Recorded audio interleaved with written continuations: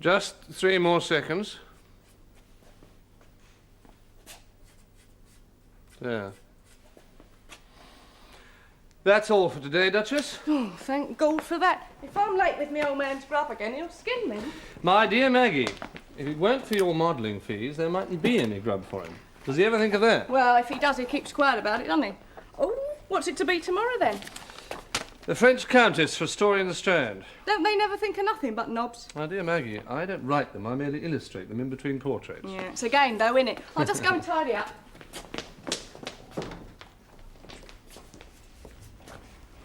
A lady to see you, sir.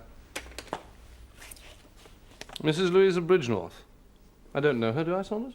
Not to my knowledge, sir. Is she downstairs now? Yes, sir. What's she like? I mean, is she... She has very good lace, sir, and her own carriage. Oh, I'd better show her up, then. Yes, sir. If you will be so good as to follow me, madam.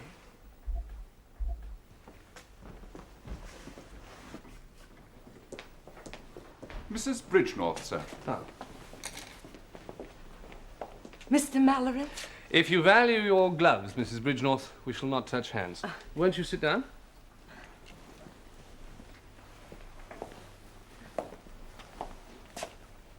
I saw your remarkable portrait of the beautiful Mrs. Flora Dorling at your exhibition last month. Ah. And your no less remarkable portrait of the extremely plain Mr. Dorling. He was, of course, the greater challenge. Please do sit. I'm glad you appreciate a challenge, Mr. Mallory. It's a challenge I believe I brought you. You may find my request a little odd, un peu bizarre. Well, if it's a portrait... It is a portrait. Then I shall consider it a challenge of the most pleasurable kind. The portrait would not be of me. Of your husband? I have no husband. Of whom, then? Of no one. Of anyone. You see, I told you would find it bizarre. Do you mean I am to choose my own sitter? On the contrary, there is to be no sitter. Whom, then, is the portrait to represent? An extremely handsome, distinguished man of not more than 30, clean-shaven, superbly dressed, and a gentleman. He is to hang over my chimney-piece. And where, my dear Mrs. Bridgenorth, am I to find this paragon if I am denied a sitter? Why, in your head, Mr. Mallory. He is to be a work of the imagination. I'm afraid I don't... Oh, there is to be one other stipulation. The portrait must be in the manner of a generation ago. It must look old. It must have the tone of time. Mrs. Bridgenorth, I'm afraid you do me too much flattery. How? You overestimate my capacities. I am in that category of painter who is a mere recorder. I paint the thing that I see, and I paint it as it is. I have no skill in creating what I do not see. But I thought an artist... Moreover, I am a child of my time, limited to my time. I cannot reproduce a style that is gone, even by generation. You see how narrow my talents are. Money is not an object, Mr. Mallory. It may cost what it will. It's not a question of money, my dear lady. The trick is simply not within my competence. I've returned only recently to this country. I was told you were the coming man. I know no one else to ask. Mrs. Bridgenorth, if you will trust me, I believe I do. A good artist. It must be beautifully executed. Oh, an excellent artist. In fact, the only artist for you in the whole of London. She specialises in what you call the tone of time. She? The tone of time? Well, it is your kind of thing, Mary, my dear. Mary Tredick, magician of the palette. I really wonder, you know, why you don't go in for forgery. And for someone who effortlessly strolls back through the centuries, a mere 20 or 30 years would be nothing. Oh, that part of it, yes, I can see, but a face out of my head. But you have so many in your head, Mary, my dear. From all the museums you've haunted and all the great things you've studied. If anyone in London can conjure up what Louisa Bridgenorth wants, then it's you. Well, what I don't quite understand is what she wants it for. Well, it's only my guess, but I suspect it is to symbolise a husband who's not alive and perhaps never was. She's just returned to London, you say? I get the impression she's lived abroad. Her past is not clear. I believe she's trying to build up a kind of substance for herself, a background. Of which the portrait is to be a part. Well, you can see the scene, can't you? Portrait over the mantelpiece, and in the due course of time the transfiguration will occur. Who is that awfully handsome young man? That? Oh, that's just an old sketch of my husband. A long time ago, of course. Is she respectable? Oh, how you do go directly to the point. What can I say? She may have had her adventures. And if she has, she's obviously made them pay. I can hardly ask. Can't imagine anyone asking Mrs. Bridgenorth anything remotely impertinent. She sounds to be the sort of woman who is the creation of her own talents. Well, she's clearly seen a great deal of life. Do you suppose she's foreign? Well, her French is perfect. But then so's her English. Do you think Bridgenorth is her real name? My dear Sherlock, I have no idea. Upon my soul, Mary, I've never known you prowl around a commission so in my life. Are you expecting it to get up and bite you? That's your idea. There never was a Mr. Bridgenorth. Look, I don't know, and I don't particularly care. Now, will you at least meet her? No. Then you won't take it on? Well, need I meet her in order to take it on? Oh, no. Well, she's left it entirely in my hands. I mean, it isn't as if she's going to describe anything to me. She leaves it entirely to me. That's what you said. Yes, yes. You have carte blanche. Oh, and 400 guineas. Will you kindly tell your friend that I'm greatly obliged to you both and that I accept the offer? Splendid. And you'll give him all of his good looks, hmm? That is my main reason for accepting him. I shall make him supremely beautiful. He'll be the finest gentleman you've ever seen. I think I've touched a spring somewhere. Now you can take me to tea. No, all right. I would have thought she might just like to have seen me. And to appreciate the fact that I might like to see her. I think she felt it might put some constraint on her imagination. And you did so want her to have complete freedom in that way. Yes, I suppose that's true. You'll see her when it's finished, when you collect the portrait. And when I pay her, I suppose. Will she take very long? No, I don't think so. No, she seemed very excited. Oh, she is enthusiastic about it, then. Oh, about the whole idea. It seemed to strike her very powerfully. Is Mrs. Tredick's husband alive? No, he died out in India. Well, did she wonder why I should want such a picture? Not really. He's to go there.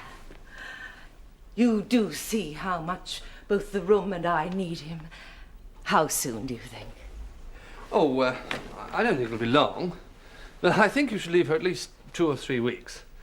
As I say, she is in a ferment. But even that process takes a little time.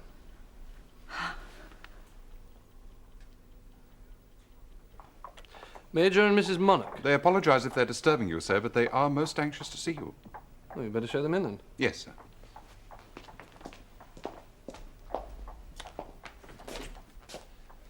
Major and Mrs. Monarch, sir. We come from Mr. Rivet. Ah, Claude Rivet recommended me. Said you were the right one. I try to be when people wish to be painted. Yes, we should like to be. Won't you sit down? Thank you. Thank you.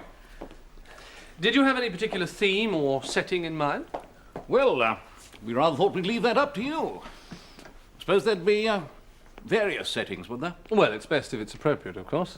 In the best portraits, the setting always complements the sitter. We rather thought gun rooms. Yes, palaces, Hunt royal balls, ascot, Henley cars. Regatta, the glorious 12th Queen Charlotte's, ball. Yes, they're a little unexpected. But I suppose I could do something with one of them. why not all? Why not? Do you mean to sit together? That would be double, I suppose. Well, naturally, there is a higher charge for 2 figures than for 1. We should like to make it pay. Oh, that's very good of you. We mean for the illustrations. Mr. Rivet said you might be able to use us. Oh, I see. You mean... What you're saying is that you want to be models? Mr. Rivet told us that you were quite exclusive in your work for publishers and magazines, and I thought, that is, we thought, well, you do often have to depict ladies and gentlemen. Oh, yes, but... Well, I don't actually... You see, art is as deceptive in that as in everything else.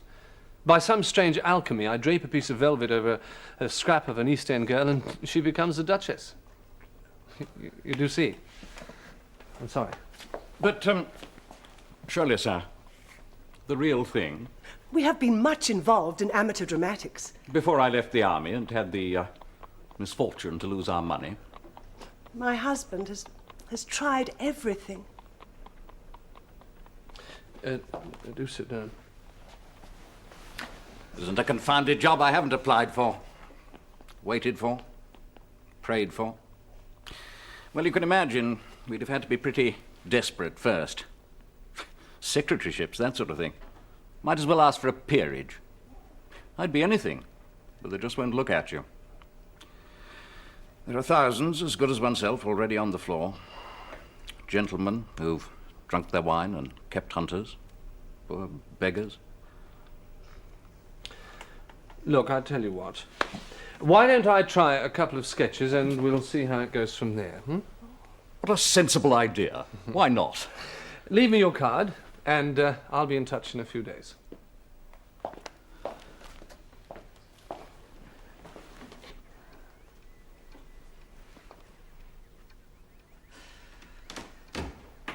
Mr. Mallory. It's done then. It's finished. Well, so he says. He's insisted on being a likeness, see? He's not out of your head then? Yes, so in the sense that I've had him there all these years, and during the course of the last 4 weeks, I let him out. The circumstances practically dictated that it had to be he. Who? If I was to do the most beautiful man in the world, it could be but one. And before I go quite mad with impatience, may I please see him? Oh.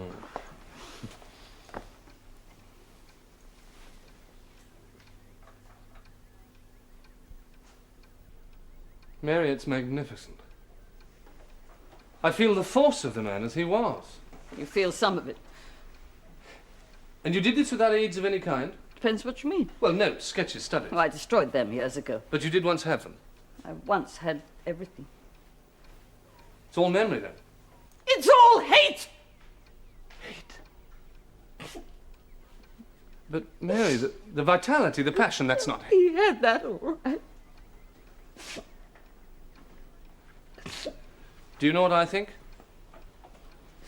I think it's too good for its purpose. It's the best thing you've ever done.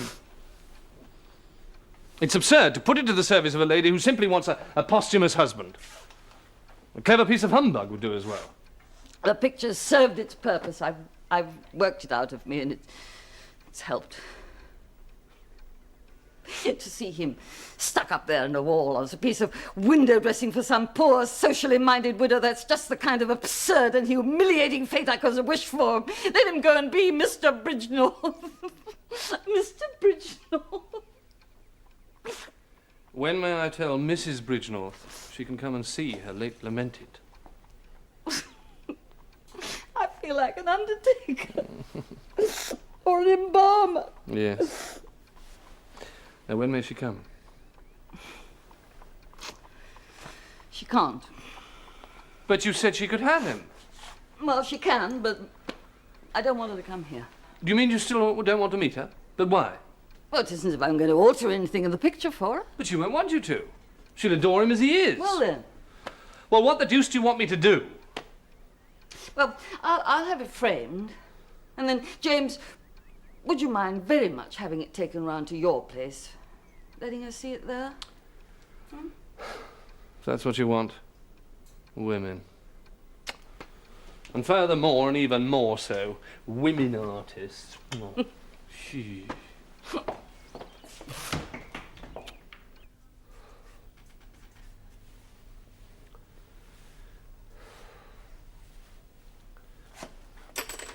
You keep admirably still, Mrs. Monarch. I was quite used to being photographed when I was younger. Look, would you try to give me a little more looseness? A little easiness? No. Try not to feel as if you're on show. Just relax. That's it. There. And try to feel as if you're in your own home. Hmm? That's it. Relax.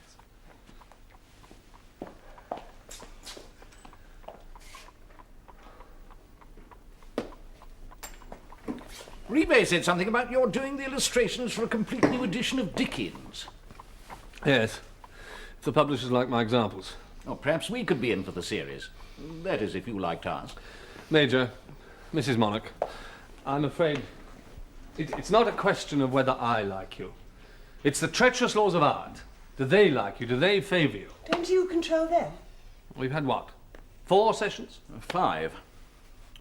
I thought at first it was me, not being able to capture your style, learning how to work you, but it's no good. You see, you are superb. You are the real thing. But you're intractable. You won't mould. The cheating, foxing stuff of art is just not in you. I'm sorry. So you can't use us. We don't get the Dickens edition. I'm sorry. Well, perhaps there's something else. Something not quite so arty, perhaps. Something you could...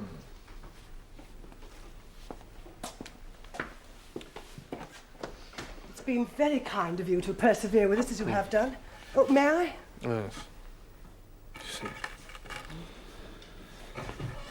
Now, I owe you for what? 4 sessions? Oh, no, please, I insist. Perhaps a cheque. My husband. You have our card. And if anything should occur to you... Yes, indeed. Who was the model for that? Oh, that was Maggie. Little Cockney girl I use.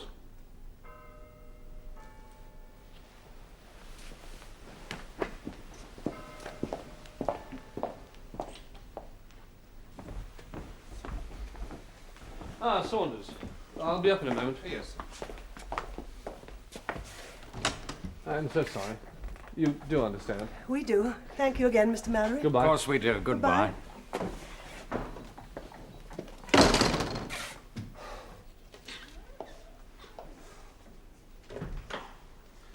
Saunders. Yeah, it is good, isn't it? Remarkable resemblance, sir. To whom? Oh, Paul Visco, sir. Visco? He works in the orchestra pit at Collins Music Hall, sir. Will there be anything else, sir? No, thank you. Sir.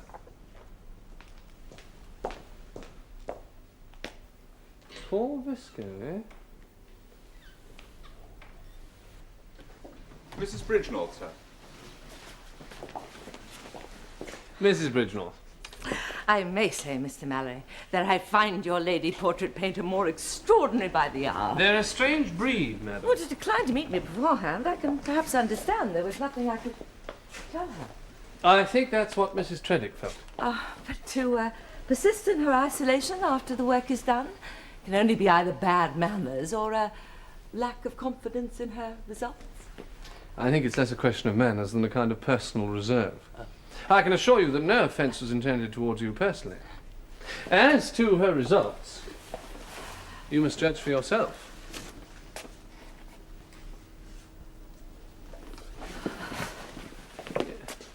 Saunders!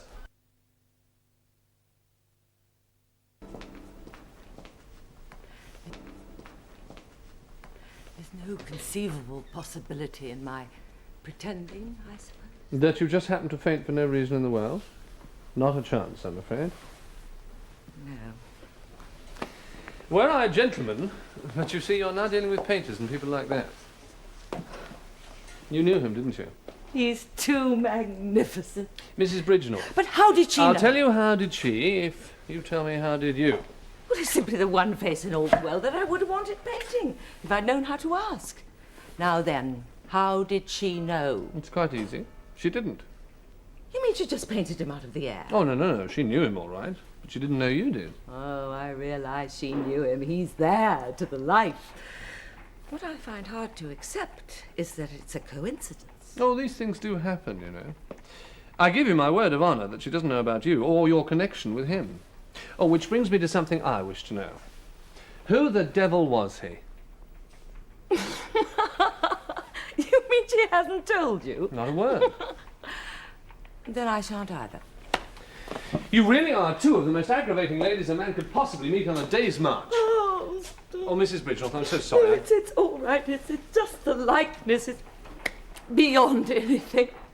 It's magnificent. Then you're suited. Oh, suited. Oh, good. I'll tell my friend. Please, I have a particular favour to ask. What is it? By all means, tell her I'm suited. You can even say I'm delighted. But please, promise me you'll say nothing else. Nothing about my recognising him. But why? Because if you do, she will not let me have the picture.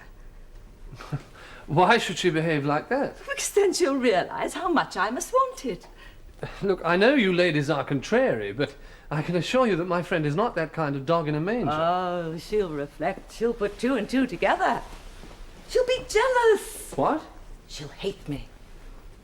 Why should she do that?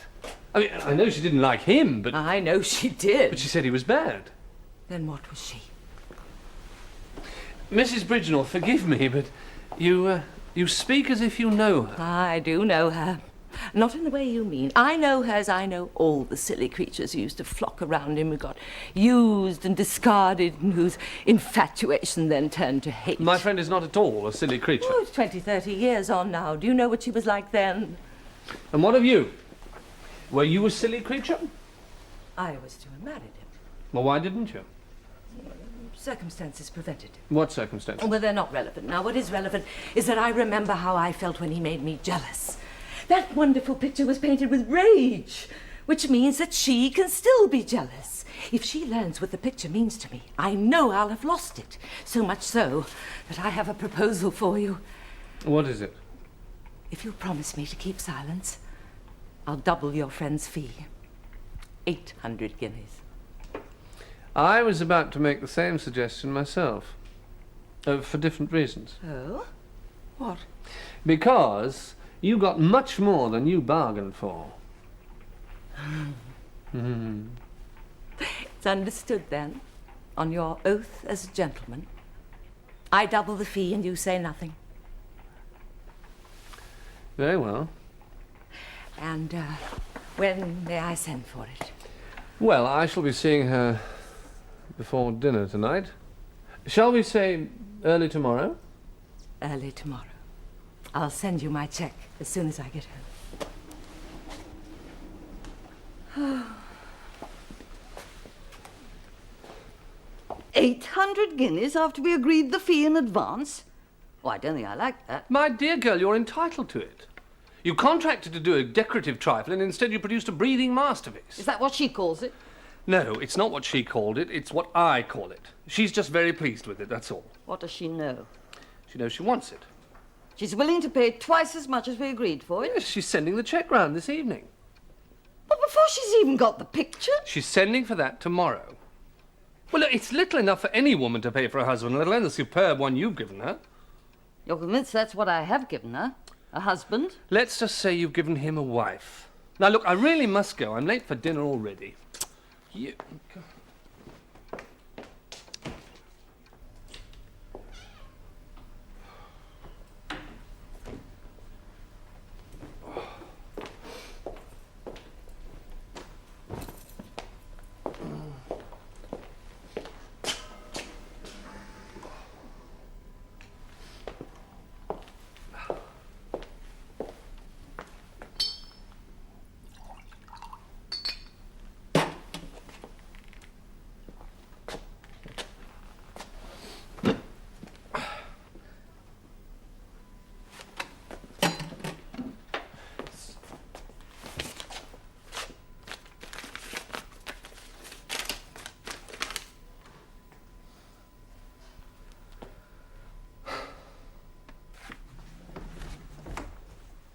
Morning, Saunders. Oh, good morning, sir. Ah, the post. The breakfast is ready, sir. Good. Oh, Saunders, Yes, sir. what time did Mrs. Bridgenorth collect her painting last night? Mrs. Bridgenorth, sir? Hmm. Oh, no, it wasn't Mrs. Bridgenorth, sir. It was your painter friend, Mrs. Tredick. What? She had a hackney waiting, sir, and I helped her load it. Mr. Mallory. What on earth are you playing at? I've taken him back. For heaven's sake, what? Well, there's something about it all that I don't understand. What don't you understand? It started to work in me as soon as you left me last evening. Her doubling the fee like that, her anxiety to get hold of the painting. Well, it's just her way. She's like that. She's impulsive, impatient. It's hardly surprising she should fall in love with him. Fall in love? Well, certainly, what woman wouldn't? In any case, you have no right to back out now. Well, I won't back out if you will answer me a question. Did she say she knew him? Well, she certainly didn't name him to me. Ah, it's come to me she must know him. It would account for so much, the strange way I feel. I see him set up there in your studio, and she face to face with him. quivering to claim him as she never could in real life for her husband. Oh, so you've decided you know Mrs. Bridgenorth, have you? Well, there were thousands of Mrs. Bridgenorths. They spread themselves like an endless carpet at his feet. And the Mary Treddicks, did they spread themselves? But we were engaged to be married. Why weren't you then? That's not important now. If you please, miss, there's a lady to see Mr. Mallory. She says she called at his lodgings and his man told her he was here. Her name's Mrs. Bridgenorth. Well, I could hardly say I'm not, now could I? Oh, well, all right, Jemima. Show her up. Well, she's still not having him. But why, if you hate him so much, do you mind her having him? Because I believe she is one of the reasons why I hate him. Oh, so she's not 1 in 1,000 then? She's a particular one. From her pursuit of you here, which I find to be typical. Yes, she is a very particular one. Mrs. Bridgenorth. It is you. I felt it must be. Mary Parker. The fey little thing forever drifting around Como with her sketching pad and watercolour case. But I remember you too. Louisa Bonham, the governess who was always more at home with the fathers than the children. I don't know what gives you the right to be offensive. This meeting is not of my choice. Nor of mine. I simply came for my property. Your property? He's no more yours now than he was then. Mr. Mallory, I entered into a business transaction. I performed my part of it by sending you my cheque last night. When I came to take delivery of the goods this morning, I found they'd been snatched back. I look to you, sir. Business transaction, delivery of the goods. Whoever it was who lent you the name Bridgenorth, it's obvious he was a shopkeeper. Strikes me it's pretty much of a shop you keep yourself. Ladies, please, Mary, Louisa. Look, I am quite willing to arbitrate. There's nothing to arbitrate about. I choose not to sell my painting. You have sold it. As I say, I am quite willing to arbitrate, but I insist that tempers are cooled. I'm perfectly cool. So am I. But before I do so, there is a great deal I must be told. The alternative is that I wash my hands of the whole affair, walk out and leave you two stranded like 2 beach turtles. 1 turtle. 1 whale. Since I'm obviously not going to get even common courtesy here, and common courtesy was all I expected, I have nothing further to say. From this point, it's a matter for my solicitor. Goodbye. Mrs. Bridgenorth.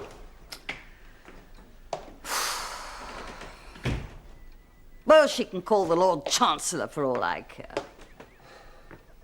Well, is there anything she can do with her talk of solicitors? I don't know. The thickets of the law are a mystery to me. But since you've landed me in this, I demand to know the whole story. I shall take you to luncheon at Rule's, and in return I expect nothing less than a full confession. Why, I'm not dressed for lunch. Oh, it was one of those magical summers at Como. Oh, the lake had that blue, well, you know, the kind of blue one can never quite catch. I was in Italy studying. Leopoldo Visconti was a violinist. He was only at the beginning of his career, but already he was one of the most distinguished virtuosos. What was he doing in Como? Oh, he was giving a series of concerts. Oh, with his violin. And his eyes looking out under those brows. Oh, he looked like a fallen angel. His concerts were packed to the doors with silly women. Of whom you were not one, of course. One night, he happened to catch my eye. I could have sworn he missed a note. His eyes kept coming back to me. Next day, I happened to see him, quite by chance, practicing on the terrace of his villa. How extraordinary. Now, how did you just happen to do that? Well, I was interested in more as a subject, those bones. I asked if I could sketch him while he practiced. I see, so you plied your separate arts, as it were, together. How very romantic. It wasn't romantic at all. It was very hard work. I couldn't quite catch the expression. I had to go back, day after day. Night after night. Well, he had so many women after him. I think he found it rather a relief to be with one that wasn't chasing him. I'm sure you do. Then, one day, we realized we'd fallen in love. Came as a complete surprise to us both. Yes, of course it would. I mean, a handsome young man and a pretty young girl spending all their time together. Falling in love would be the last thing they'd expect. James, I did not chase him. My dear Mary, I never said you did. Oh, we were in seventh heaven. I was supposed to go back to Florence and study, but I didn't. Oh, it was beautiful. Idyllic. Then the brutish world broke in the shape of little Louisa Bonham, now known as Mrs. Bridgenorth. Ah. The moment she saw Leopoldo, she marked him down. Wherever he turned, there she seemed to be. I did my best to protect him, but I couldn't be there all the time. I'm sure you did your best. Well, Leopoldo thought the best thing to do would be to announce our engagement. Then she'd have to leave us alone. Leopoldo thought that. Yes, but I didn't want to appear to be pushing things, so I wouldn't let him announce it. But you were unofficially engaged. Yeah. He was very romantic. He wanted us to run away and get married in a little chapel in the hills. Oh. We named the day. We planned it all very carefully. Well, what went wrong? He ran off with pushy little Louisa Bonham. What? I was left alone in the rendezvous in the hills. I finally returned to Como. He'd gone. So had Louisa Bonham. I left the next day. I never saw either of them again. She obviously ruined his career. He never became famous. What a tragedy. Which is one of the reasons why she has as much chance of getting that painting as I have of becoming the Archbishop of Bombay. Thank you for a most delightful luncheon, Jane.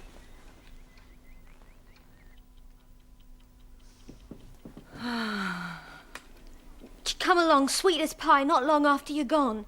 She come in a big broom with a footman. Well, what did she say? Well, she said she come to pick up the painting as arranged with you. A footman carried it out. Well, all right, Jemima, it's not your fault.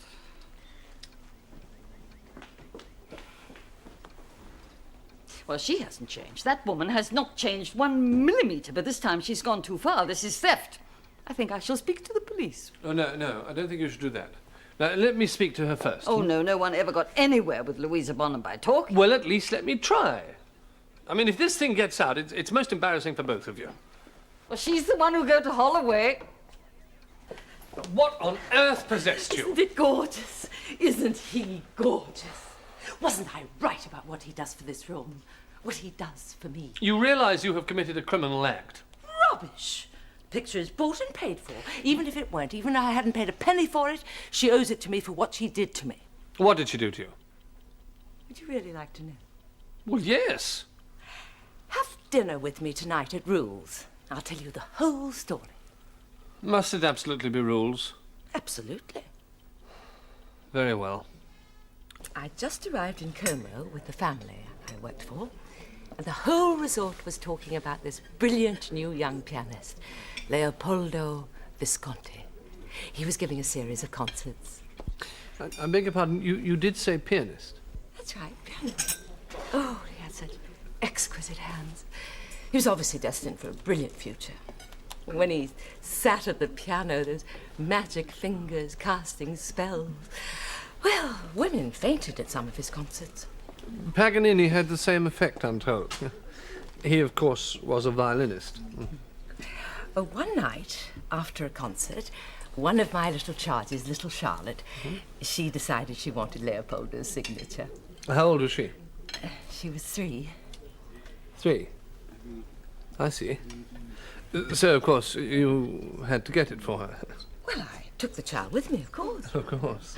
There were positive hordes of stupid, clamouring women outside his door. But none of them had an angelic little child of 3 who wanted the maestro's signature. Exactly. Oh, he was kindness itself. All Italians adore children, of course.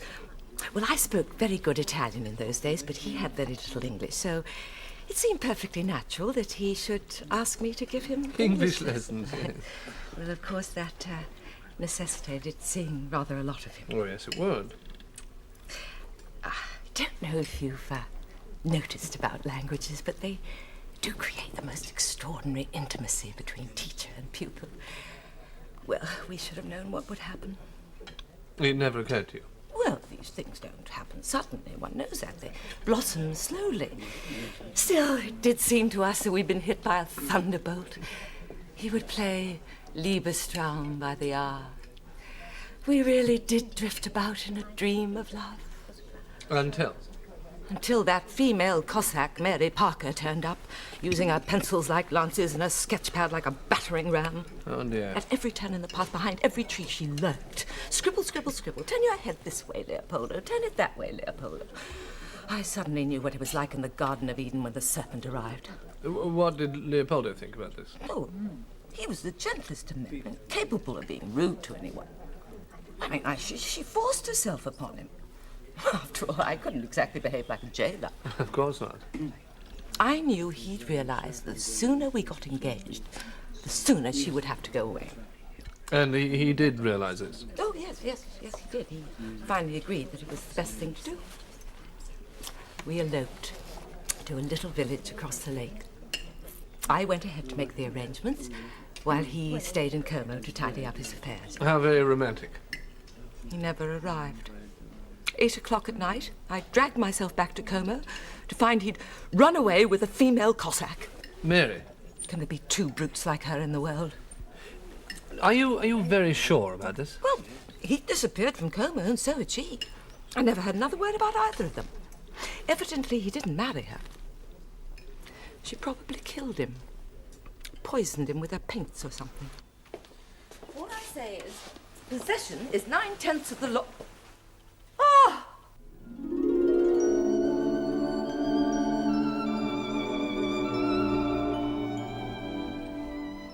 I simply played her own trick back at her.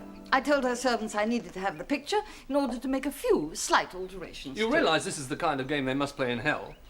I mean, this could go on forever. By legal process or by stealth, she will get back at you, you will get back at her. She can come at me with lawyers or a company of dragoons. I painted that in bitterness. I'm keeping it in joy. Why not paint another one? One of your marvellous copies. Then you'd both have one. Oh, that wouldn't serve at all. Oh, I see. So the joy is not in having him, but in depriving her. Oh, you can think that if you like. I'm so sorry. I am Oh, it's all right, Jemima. Very clever, James. You take me out to dinner at Rules while she steals the paint. My dear Louisa, dinner, if you recall, was at your suggestion. The last thing I want is to be mixed up in all this. Well, I've come to take it back, so if you don't mind... If you don't leave my house at once, I will call the police. If you don't release my property, I shall call the police. Ladies, please. You always were an insufferably forward creature. You were selfish then and you're selfish now. Please. Now, Mary, Louisa. Now, look, I have a suggestion. Let me be custodian of the picture for the time being. How will that help? Well, if neither of you have it, neither of you, curiously enough, will feel deprived. Very cynical. Meanwhile, I am feeling my way to a kind of judgment of Solomon. What way? Well, the outlines are dim at the moment, and it may well come to nothing. But at least let me try.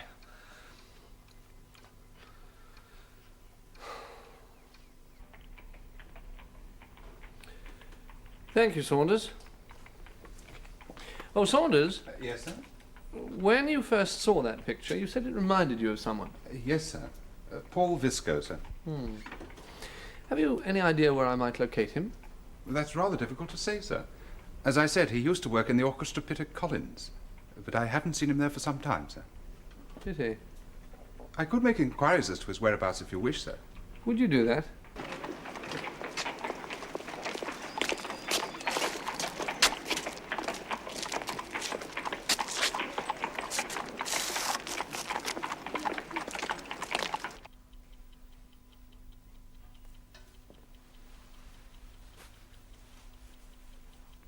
Oh. Oh.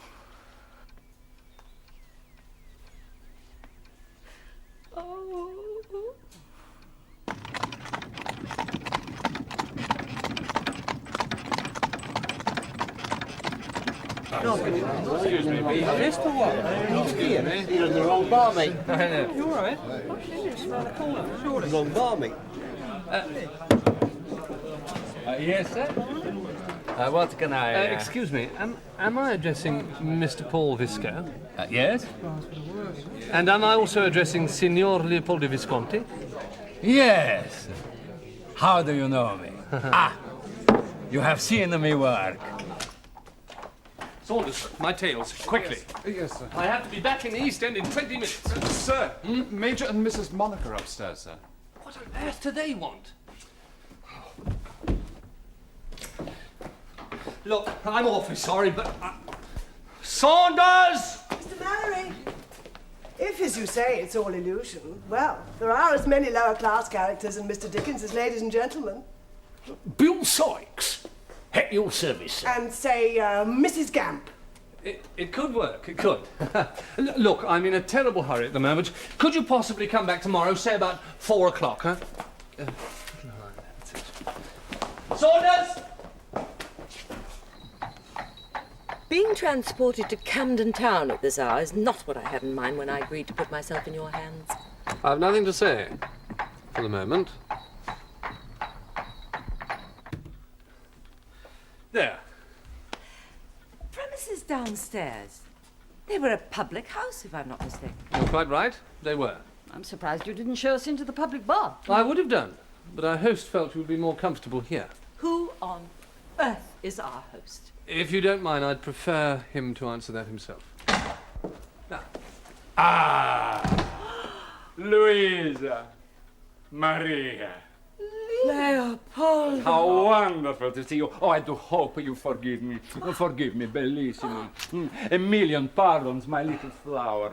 I have thought about you so much, wondered about you. Is this place yours? Yes, isn't it wonderful? You're a publican. I prefer innkeeper, but as you Your please. violin. She means your piano. Permit me to know what I mean. Champagne. For such an occasion, only the best will do. Please, Mr. Mallory. Certainly. Whoa. There you go. Dio mio.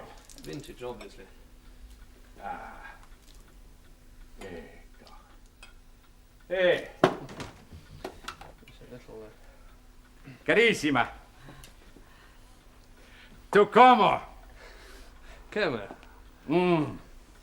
To our youth. Well, to your youth, I was not so young. Oh, you were the young Paganini. She means Chopin. What happened to it all? The success, the concerts. The concerts. Oh, Louisa Maria. I am older than you, and I am a peasant. My memory is better than yours, and without mercy. The concerts took place in the lounge, how do you call it, the tea lounge of the Hotel Bellini. Oh, what does it matter where? I was leader of the resident quintet.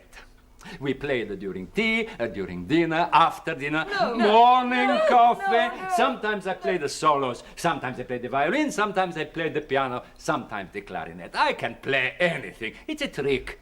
Musicians despise it. It means nothing. Please, Leopoldo, don't disparage yourself.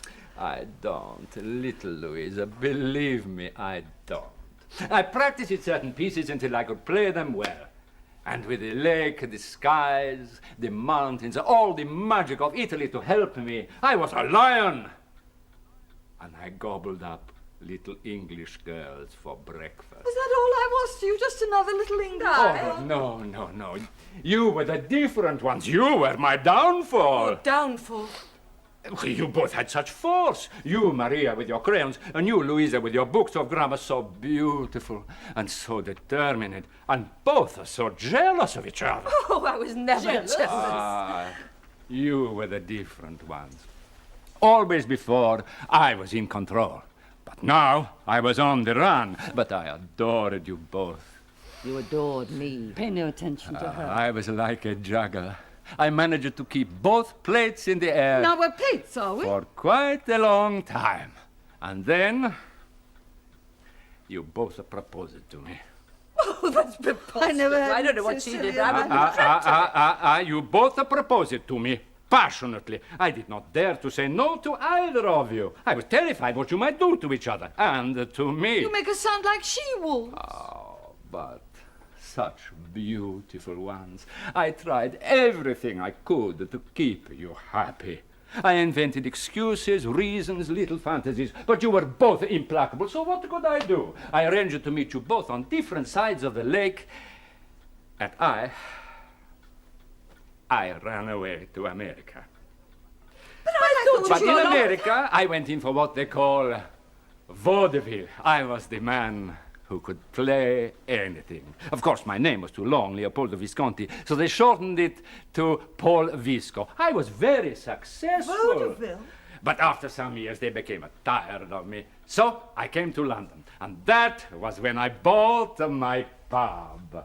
Oh, I went to Collins Music Hall and told them who I was, but they weren't interested in my act. But for old time's sake, they let me play in the orchestra pit. You ruined your life. Oh, no. You could have been a great virtuoso. Oh, I found my level. If I had been short and fat and ugly, I would not have got even so far. Oh, Leopoldo. Leopoldo, as I explained, it is a question of the picture. You must adjudicate.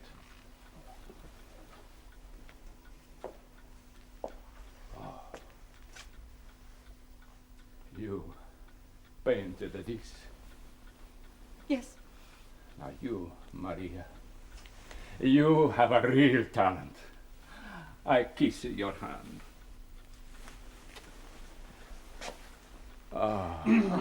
As I say, it is a complicated story.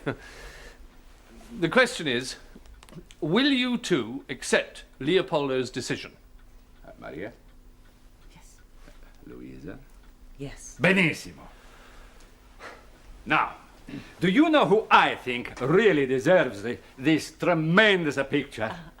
My wife.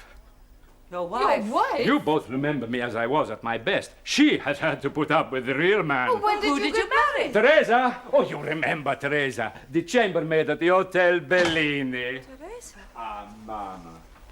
Here are some dear friends from the old days in Como. Ah, Como? See, I remember. Eccolo. Oh, but this is you as a younger man. È meraviglioso. It's miraculous. Who painted it? Questa donna qua. I believe she wishes to give it to you. Beg your pardon. It's not hers to give. I wish to give it. Oh, I am so sorry. It is this lady who wishes to give it This to lady you. is a horrible little upstart. She always has been. Your common little doorbell. This painting is my painting. Mary, I painted Mary. it and I wish to give it Louisa, to look, you are behaving very badly. I paid it. Un momento, per favore. Mary, Very mediocre. Louisa, What do you mean immediately? Leopoldo. 800 guineas. 800 Oh, guineas. please, Well, please, my beautiful ones. You tear my heart for the sake of all that we had together, for the magic of Como that we shared, for the memories that I hold in my heart. Will you please not allow me to feel that this is a gift from both of you? It would make me such happiness. Oh, please, please say yes.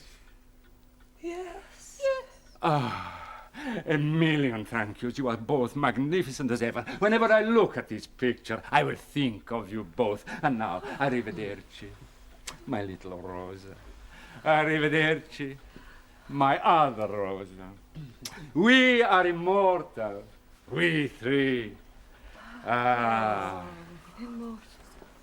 Arrivederci, my beautiful ones. with music behind you, must have been a massacre. It's quite simple then. Now that you have both agreed to a joint gift, you, Mary, accept the fee from Louisa and give half of it back. Agreed? Yes. Yes. Well, why don't we stop off at my house and do it there?